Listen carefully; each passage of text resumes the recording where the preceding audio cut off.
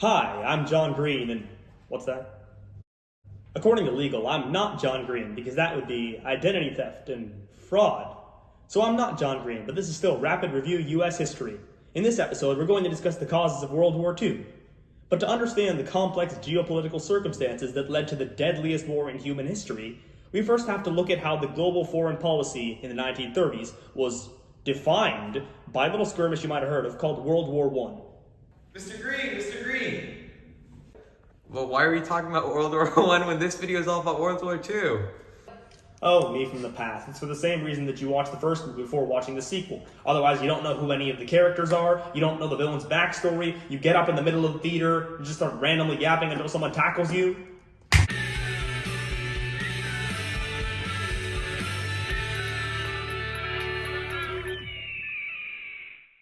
So since the very end of World War I, everyone's main concern was, how do we make this never happen again? One action taken was the Kellogg-Briand Pact, which made the major step of having more than 100 countries eventually sign on to a pact stating no more war. The only problem with this, it only discouraged wars of aggression. So in 1919, all the Allied nations from World War I met up in the Paris Peace Conference to discuss post-war settlements. Basically, Germany was in a position where they just got told, sign this or we go back to war. US President Woodrow Wilson had his 14 points. He wanted to spread democracy throughout the free world. Britain and France, who were understandably pretty angry about having to fight a war that they felt was not their fault, wanted two things: reparation and punishment.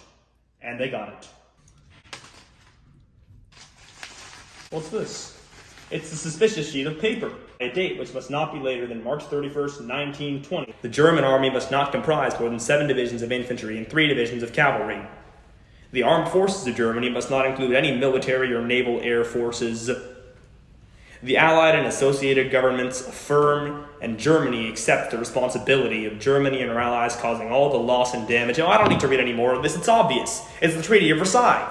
The Treaty of Versailles was essentially a compromise between the different viewpoints of Britain and France and Wilson's US. The major thing that Wilson got that he wanted was the League of Nations. The League of Nations was supposed to be an organization that would prevent future destructive wars like World War I, because no one wanted that to happen again. And as you can tell from the fact that this video is about World War II, it worked astoundingly well. No, just kidding, it was a complete and utter failure. And here's why. The League of Nations had no enforcement power. All the League could do, essentially, is hope that other member countries decided to contribute their troops. Of course, no one else sent any troops. Part of Germany's territory was taken away from them and given to France, or Britain, or Poland. As part of the Treaty of Versailles, Germany were required to sign the War Guilt Clause. The war had taken a huge toll on the German economy. They had already been experiencing hyperinflation, and their currency, the mark, was basically worthless. And then the Great Depression hits. Suddenly, the US economy is in ruins. The US can't afford to send any money to Germany or German banks. So Germany doesn't have any money to pay the Allies. Now the Allies are in trouble, and they can't pay back the US. Now, let's go to the thought bubble.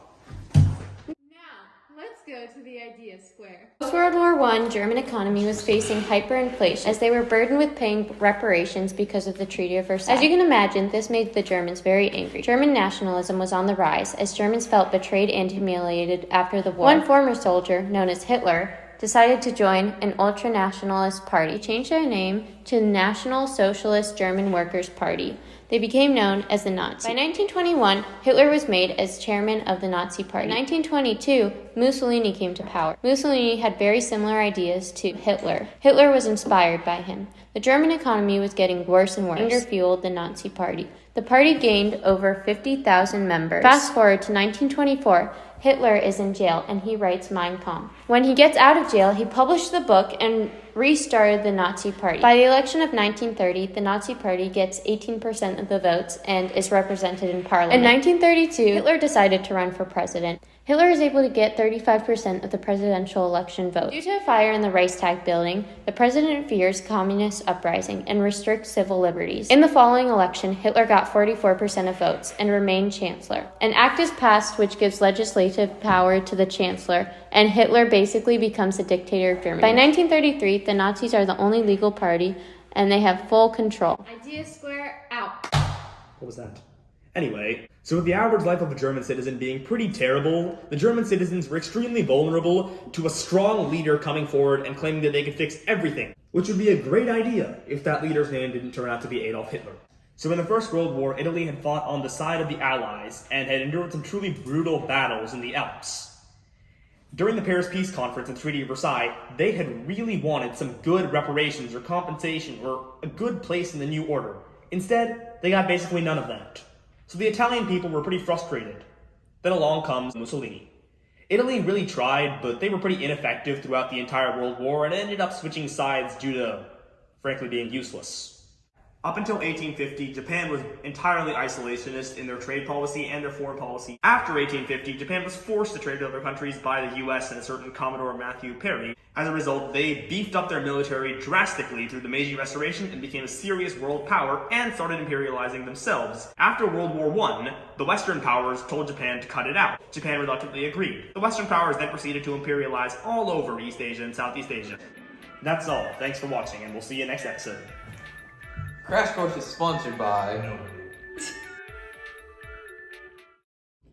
If you look close enough, you can see.